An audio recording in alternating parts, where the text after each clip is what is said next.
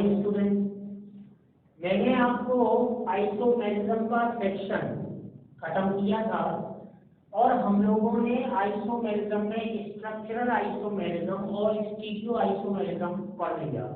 मैंने आपको ये भी बताया था कि कन्फर्मेशनल आइसोमेरिज्म का छोटा सा जो सेगमेंट है वो हम पढ़ेंगे बाद में, अलग में सिखा दूंगा मैं आपको। अब हम लोग आगे बढ़ रहे हैं और हम बात कर रहे हैं आज रिएक्शन मैकेनिज्म की।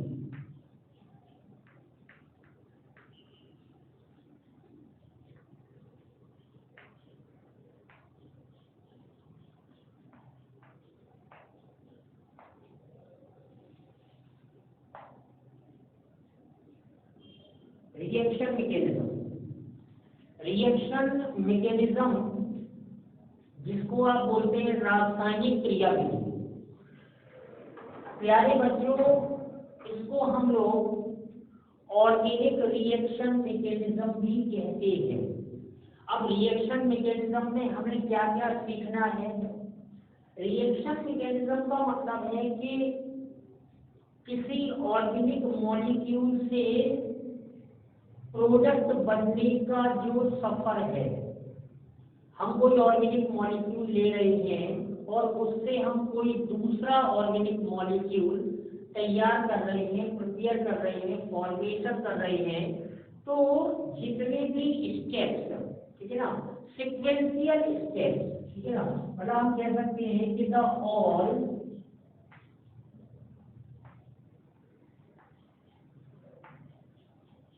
Sequential steps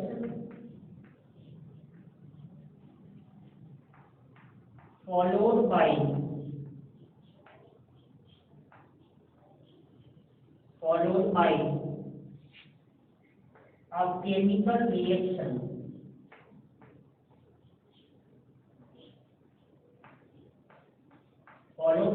a chemical reaction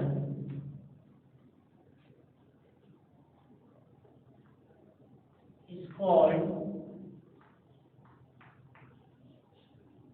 reaction mechanism.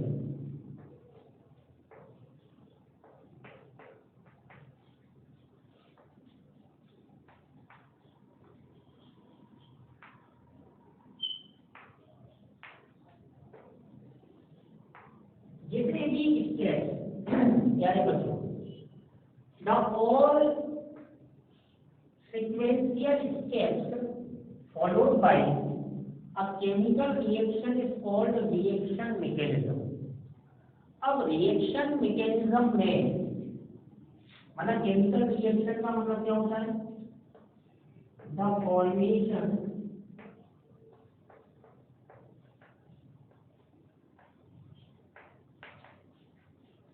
Of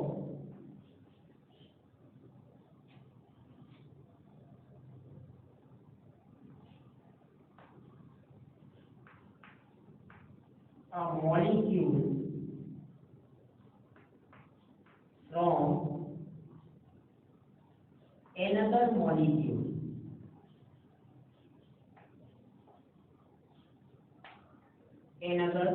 molecule. The formation of a molecule from another molecule is called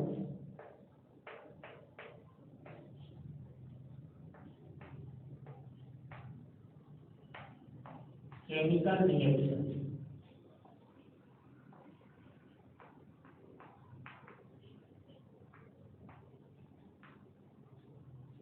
The formation of a molecule from another molecule is called chemical reaction. तो इसमें एक rule चलता है, क्या rule चलता है कि हमारे पास जो ऑर्गेनिक मॉलिक्यूल होता है उसे हम सबस्ट्रेट बोलते हैं। क्या बोलते हैं? मैकेनिज्म की भाषा में सबस्ट्रेट। और सबस्ट्रेट पे हम जिस रिएजेंट का अटैच कराते हैं उसे बोलते हैं अटैचिंग रिएजेंट।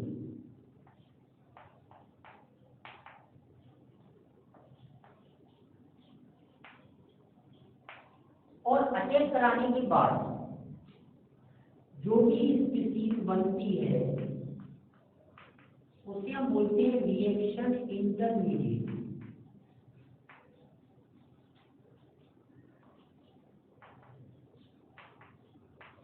रिएक्शन इंटरमीडिएट और रिएक्शन इंटरमीडिएट के बाद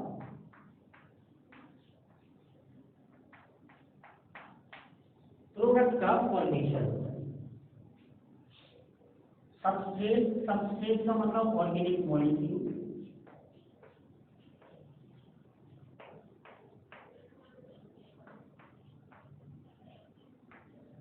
अटैचिंग रीजन, अटैच करने वाला रीजन,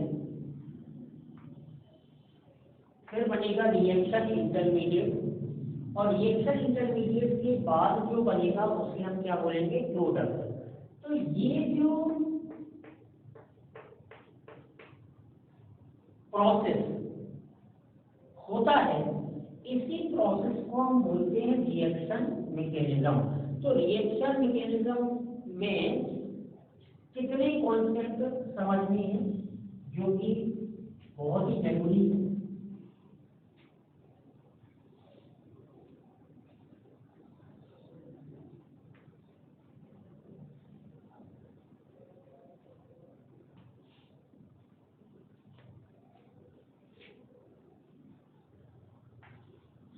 पहला कॉन्सेप्ट होता है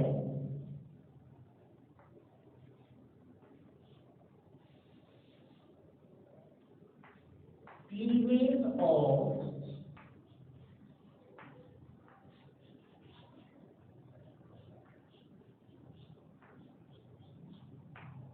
कोवेलेंट बॉन्ड, या इसी को हम बोलते हैं covalent bond fission.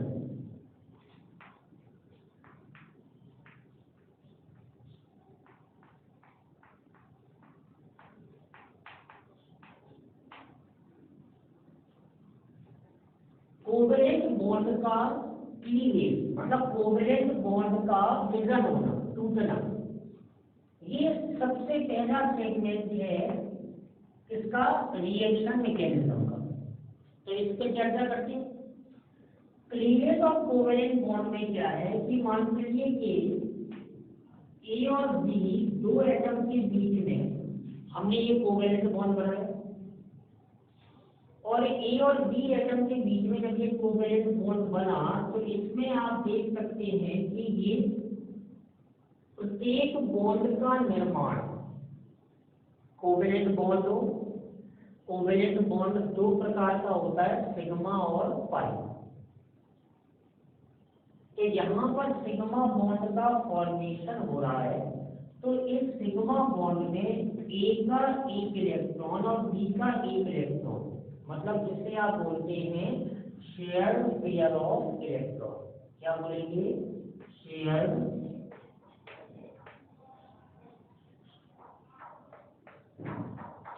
Pair of electron.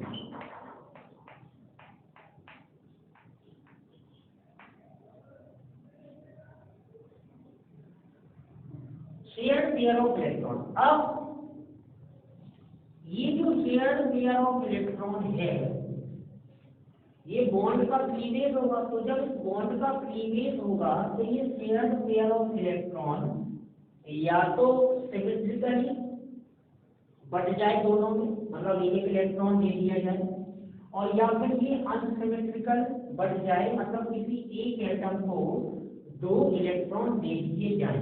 मतलब कुछ ऐसा हो सकता है कि एक प्रोसेस तो ये हो सकती है कि ए को एक इलेक्ट्रॉन दे दिया और बी को एक इलेक्ट्रॉन दे दिया।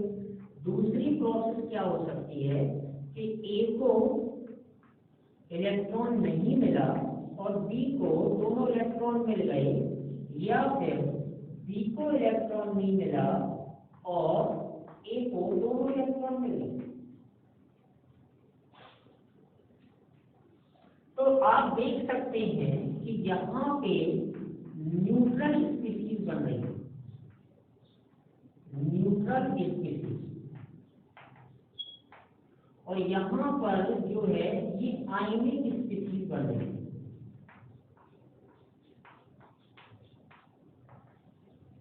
आयनिक स्पीसीज। तो ये तो कंफर्म हो गया कि बॉन्ड का क्लीवेज दो तरीके से हो सकता है।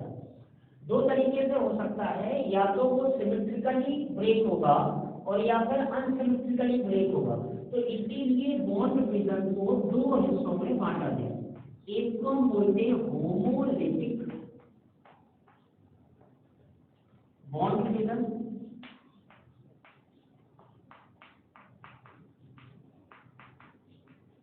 और दूसरे को बोलते हैं हेट्रोलिथिक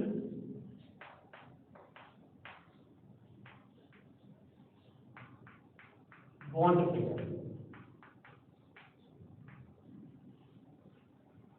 जब होमोलिथिक बॉन्ड फिजन हो रहा है प्यारे बच्चों, तो न्यूट्रल स्पीसीज बन रही है, और जब हेट्रोलिथिक बॉन्ड फिजन हो रहा है तो आयनिक स्पीसीज बन रही है। मतलब इसे मैं ऑर्गेनिक मॉलिक्यूल में कैसे देख सकता हूँ? मान के चलो कि कार्बन है जो कि 4 बॉन्ड बनाता है, और कार्बन जो है किसी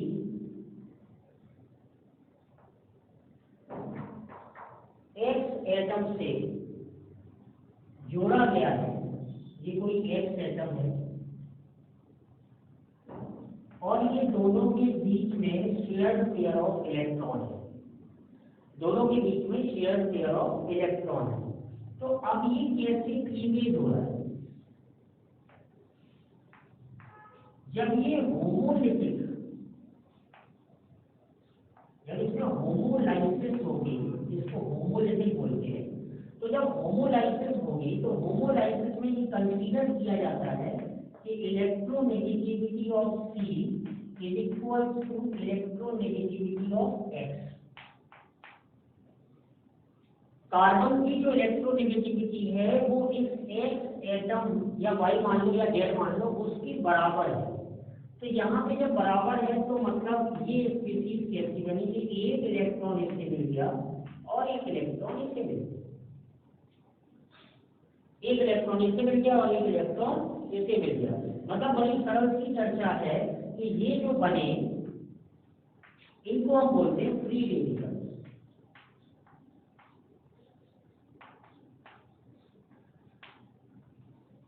क्या बोलते हैं? Free radical, neutral species. फिर दूसरा तरीका क्या हो सकता है कि ये जो शेयर्ड पेयर ऑफ इलेक्ट्रॉन था और ये एक्स एटम है, तो जब ये होमोलिसिस नहीं होगी, ये क्या होगी? न्यूक्लियोलिसिस।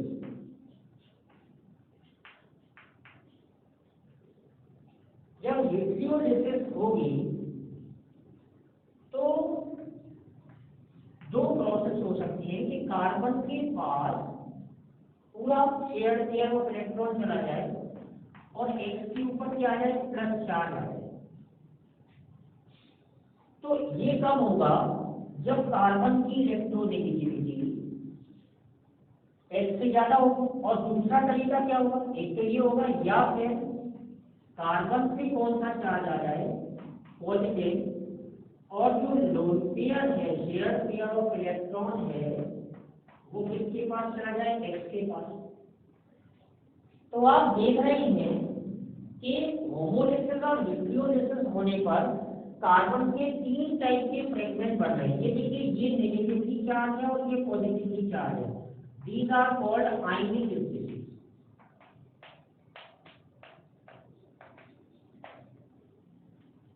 ये कब बन रही है? जब बॉन्ड का क्लीवेज हो रहा है। तो जब बॉन्ड का क्लीवेज हो रहा है तो ये बॉन्ड का क्लीवेज कब होगा? जब रिएजेंट ने अटैच कर दिया, मतलब ये रिएक्शन के बीच में बने तो 3 टाइप की स्पीसीज आपको प्राप्त होगी।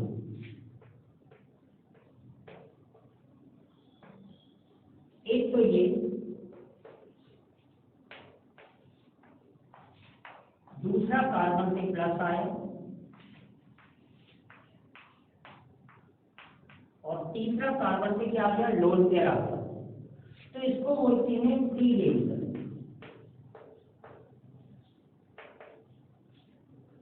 इसको बोलते हैं कार्बोकेटाइन।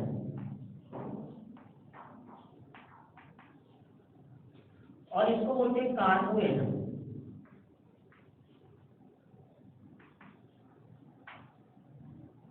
इसको कार्बोनियम आयन भी बोलते हैं।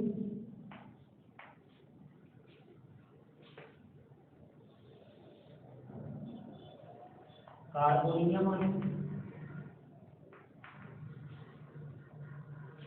या कार्बेनाइन बोलते हैं इसको।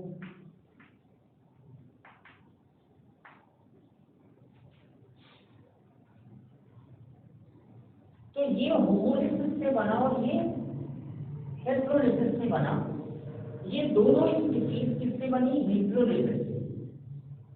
ये कब बनेगी? ये बनेगी in case of polar species,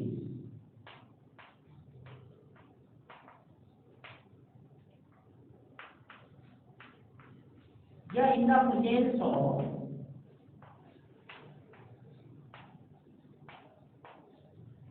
polar solvent.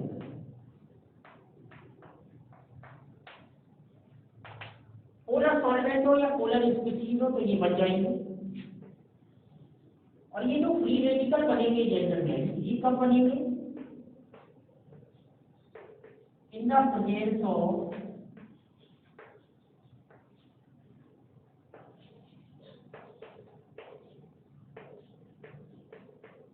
Non polar condition, high temperature, sunlight,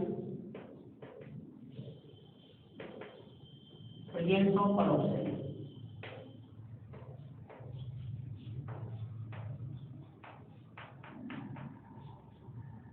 और एयर। तो ये फ्री रेडिकल बनेंगे।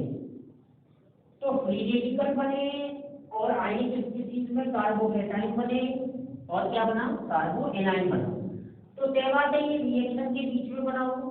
अब जब ये रिएक्शन के बीच में बना होगा तो इसे हम रिएक्शन इंटरमीडिएट बोलेंगे। लेकिन ये कब बना होगा? जब किसी अटैचिंग रीजन है।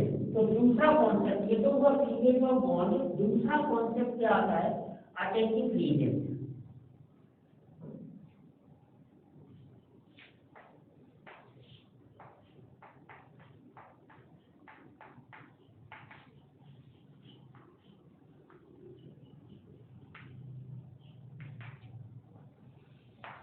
Attaching region. अटैचिंग रीजन में भी दो प्रकार के होते हैं।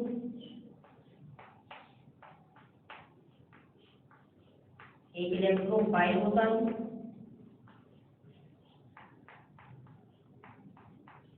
और दूसरा न्यूक्लियोफाइल होता है। इलेक्ट्रोफाइल दो शब्द से मिलकर बना है, इलेक्ट्रो प्लस फाइल, और ये भी दो शब्द से मिलकर बना है, न्यूक्लियो प्लस फाइल। तो ऐसा कोई अटैचिंग रीजन रिएक्टर में जिसको इलेक्ट्रॉन से प्यार हो, ये क्या होंगे? Electron loving.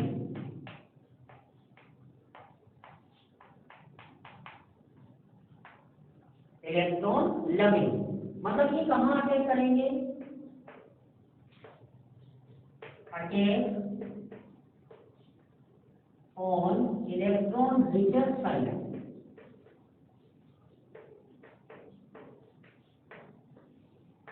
ये जहां पर इलेक्ट्रॉन की अमीरी होगी वहां पर आक्रमण करेंगे। ये न्यूक्लियोफाइल मतलब न्यूक्लियस लविंग।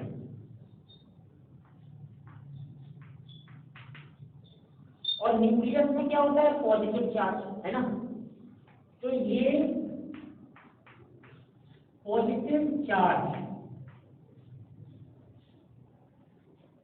लविंग होंगे। मतलब ये कहाँ अटैक करेंगे?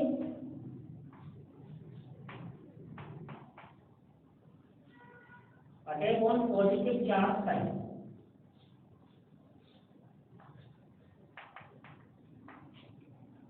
इसको हम शॉर्ट में ऑर्गेनिक केमिस्ट्री में Nu माइनस से डिनोट करेंगे और इसे डिनोट करेंगे E प्लस से।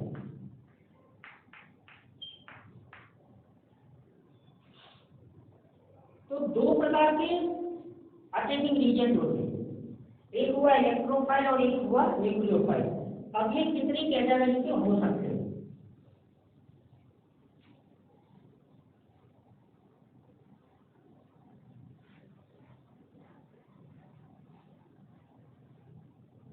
अगर मैं इलेक्ट्रोफाइल की बात करूं प्यारे बच्चों,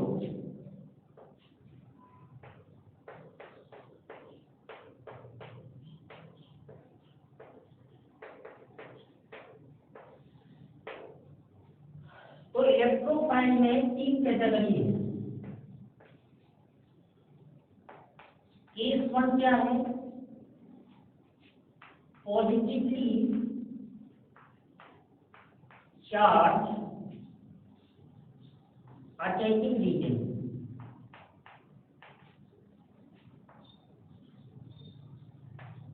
इलेक्ट्रोफाइल मतलब जिसके पास इलेक्ट्रॉन की कमी हो।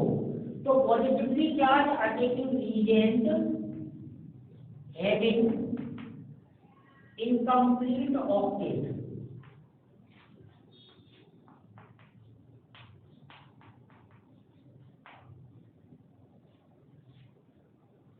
इनकम्प्लीट ऑक्टेट, जैसे मैं H प्लस की बात करूं, positively charge attacking region having incomplete octet. H plus की बात करूं,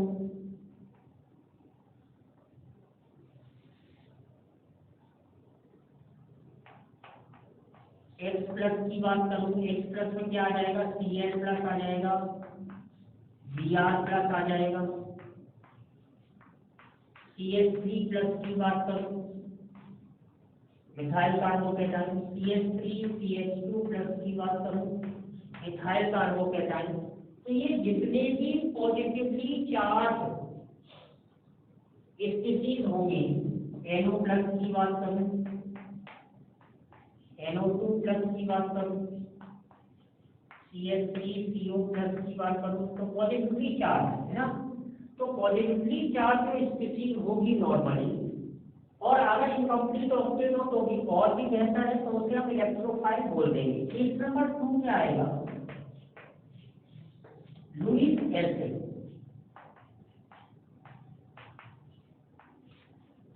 लुईस एसिड आर इलेक्ट्रोफाइल।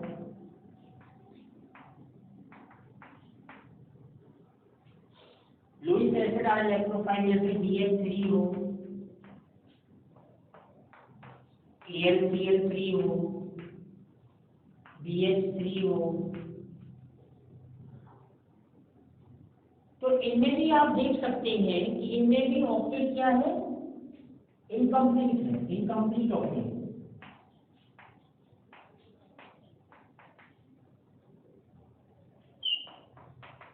कभी ऐसा भी हो सकता है कि वैकेंसी ऑर्बिटल वाले भी न्यूट्रल स्पीशीज भी इलेक्ट्रोफाइल होते हैं। केस नंबर 3 क्या आता है?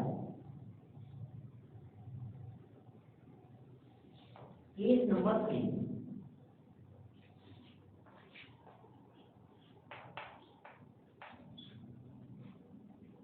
Molecule in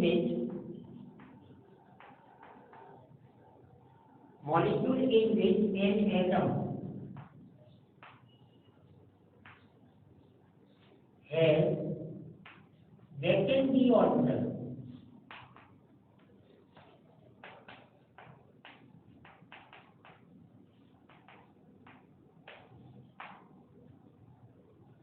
vacant d orbitals। जैसे मैं SnCl2 की बात करूं, SO3 की मैं बात करूं,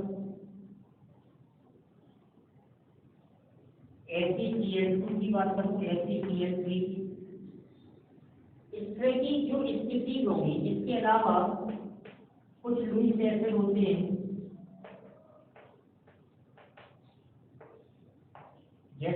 NaCl2 की बात करूं, FeCl2 की बात करूं,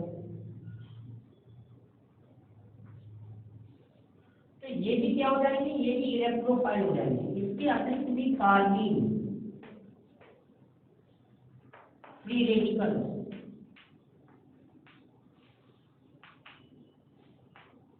नाइट्रीन,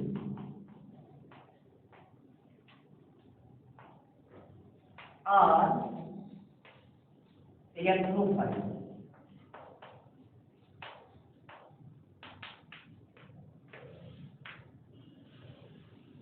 उन्हें भी इलेक्ट्रोफाइल बोलते हैं। इलेक्ट्रोफाइल में इतनी रेंज है जिसमें सेंट्रल एटम इलेक्ट्रॉन डेफिशिएंट हो सकता है, BeCl2 भी आ जाएगा।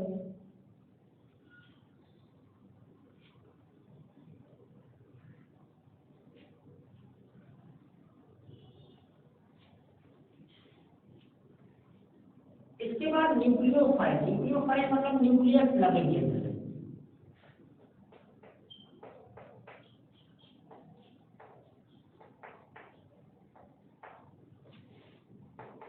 तो न्यूक्लियोफाइल में दो कैटेगरी मेनली होंगी।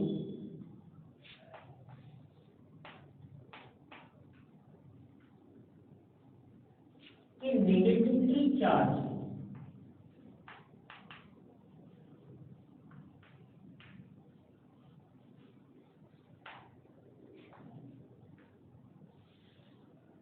Negatively charge species,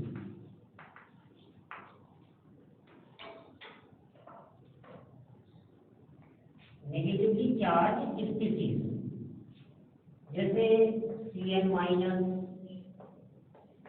F minus, Br minus, Cl minus, I minus, OH minus. तो इन्हें हम क्या बोलेंगे, इन्हें हम न्यूक्लियोफाइल बोलेंगे, नेगेटिवली चार्ज स्पीशीज। दूसरी कैटेगरी क्या होती है कि मॉलिक्यूल्स हैविंग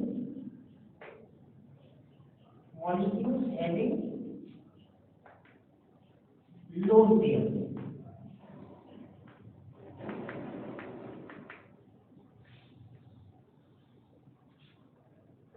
जैसे H2O,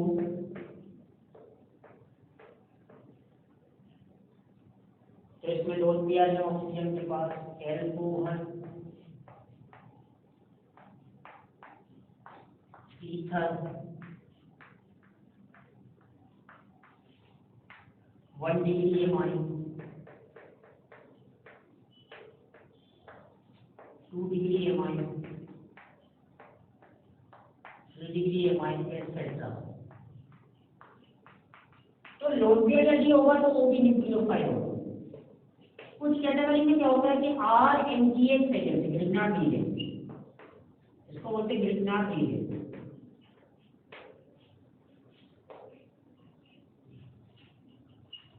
तो इसमें जो R साइड है वो न्यूक्लियोफाइल की तरह काम करता है।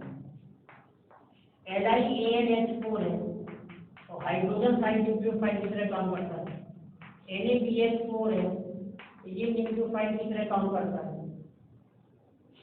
कुछ पाइलेक्ट्रॉन रिच स्पीशीज होती है, पाई इलेक्ट्रॉन रिच स्पीशीज,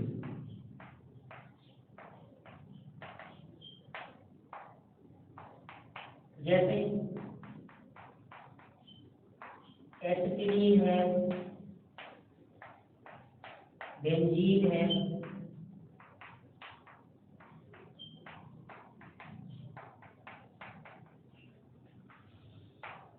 तो ये भी न्यूक्लियोफाइल की तरह काम करती हैं। तो ये आपको ध्यान देना है कि पाइलेक्ट्रॉन रिच डेंसिटी जो होगी वो भी न्यूक्लियोफाइल की तरह काम करती है। जिसमें पाइलेक्ट्रॉन ज्यादा होंगे वो न्यूक्लियोफाइल की तरह काम करेगा। तो ये आपको ध्यान देना है कि अटैकिंग एजेंट कितने प्रकार के होते हैं, साहब 2 प्रकार के होते हैं। तो पहले तो क्लीवेज ऑफ क्या होगा, कोवेलेंट बॉन्ड होगा।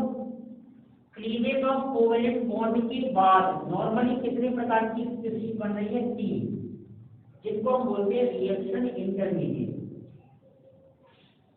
रिएक्शन इंटरमीडिएट में और भी दो स्पीशीज बनती हैं जिनको आप कार्बीन और नाइट्राइल बोलते हैं। तो जो अगला पार्ट आया वो किसका आया? रिएक्शन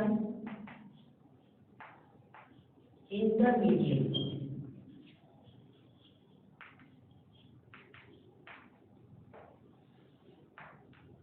रिएक्शन इंटरमीडिएट प्यारे बच्चों कितने प्रकार के हैं? मैं यहाँ देता हूँ। कार्बन फ्री रेडिकल,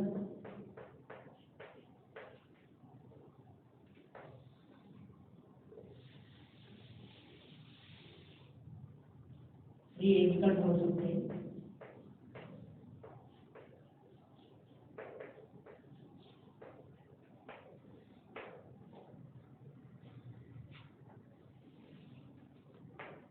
दूसरा है कार्बोकैटायन,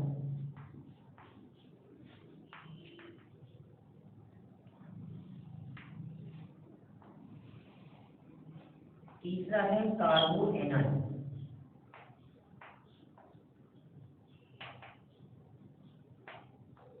या कार्बेनाइन।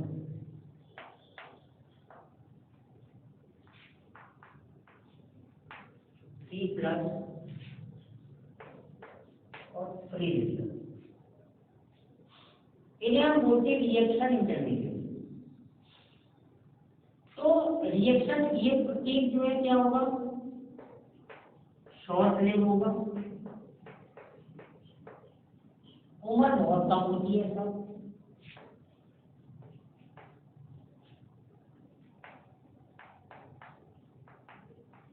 ये भी शॉर्ट लिव होगा,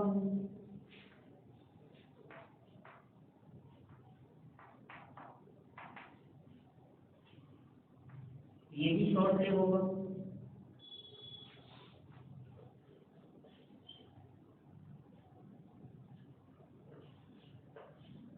सिक्स इलेक्ट्रॉन होंगे किसी भी फ्री रेडिकल में, 6 इलेक्ट्रॉन होंगे कार्बन के पास इन account of carbon.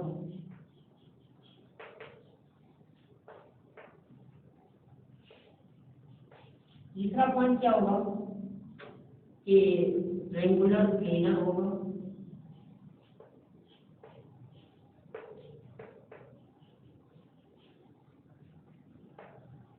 sp2 hybridise होगा, लुईस एसिड होगा, इलेक्ट्रॉन रेसिपिएंट होगा,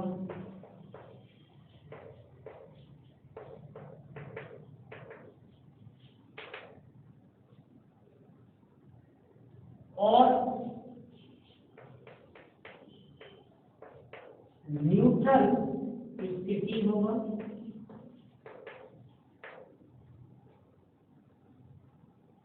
ध्यान देने वाली बात है चैप्टर में 6 इलेक्ट्रॉन नहीं होंगे, सॉरी 7 इलेक्ट्रॉन होंगे, और इसकी वजह से अनपेयर्ड इलेक्ट्रॉन होगा, N unpaired electron.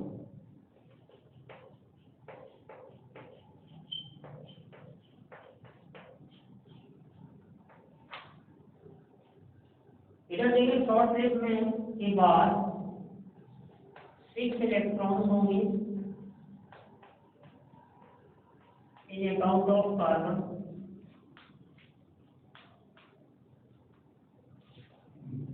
Lewis acid होगा,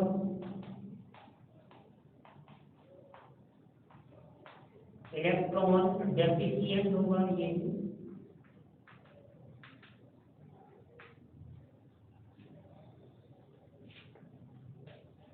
all electrons are pairs,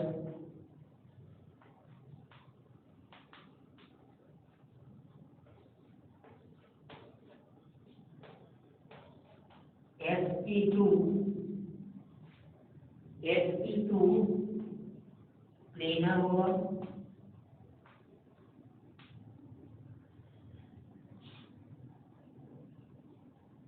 और इसके पास एक वैकेंट ऑर्बिटल होगा।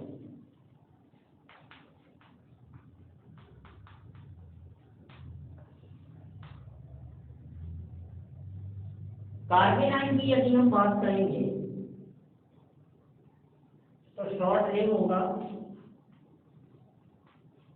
8 इलेक्ट्रॉन्स होंगे in account of carbon,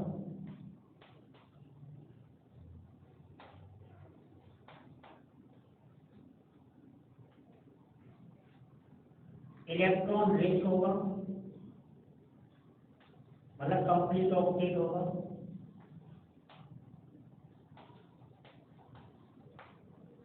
Lewis base हो सकता है, न्यूक्लियोफाइल हो सकता है,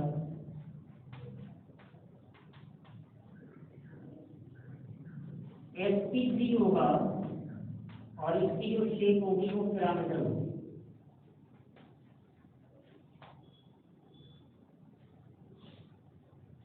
तो ये ध्यान देने वाली बात है जैसे में कि 3 प्रकार के इंटरमीडिएट, इनके अलावा 2 और इंटरमीडिएट बनते हैं,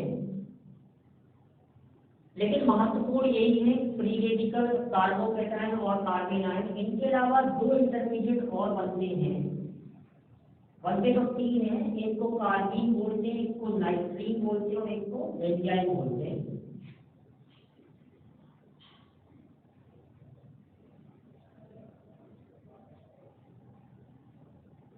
तीन इंटरमीडिएट और बनते हैं, एक कार्बीन बनता है,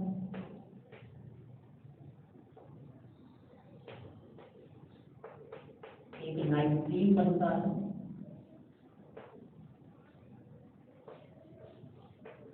और एक बेंजाइन बनता है। बहुत ही लेस पॉपुलर है कार्बीन, मतलब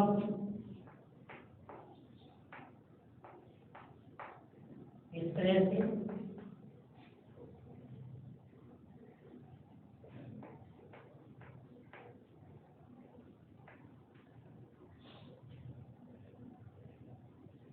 तो कार्बीन में जो कार्बन एटम होता है वो 2 सिंगल बॉन्ड से मोनोवैलेंट एटम से बाइवैलेंट होता है, मोनोवैलेंट होता है नाइट्रीन, ठीक है ना। इसमें जो है टोटल इलेक्ट्रॉन कितने हो गए हैं आप देख सकते हैं कि कार्बीन में जो टोटल इलेक्ट्रॉन न्यूट्रल होता है, इलेक्ट्रोफाइल होता है, 6 इलेक्ट्रॉन होते हैं, और नाइट्रीन में भी 6 इलेक्ट्रॉन होते हैं। नाइट्रीन में 2 are bonded and 4 are 2 are bonded, 2 electrons are bonded and 4 electrons are not bonded.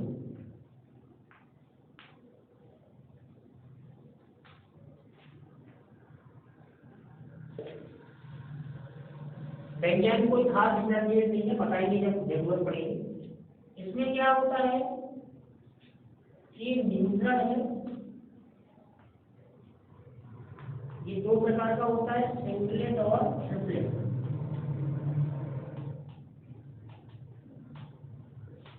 और इलेक्ट्रोफाइल,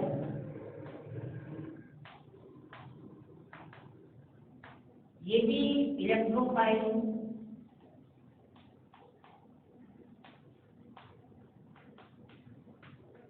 ये मोनोवैलेंट है, नाइट्रीन न्यूट्रल है,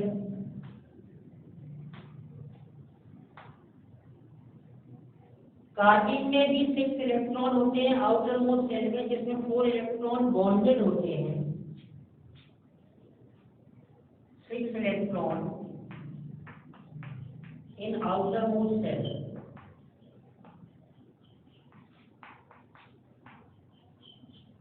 to are bonded, 2 are non bonded.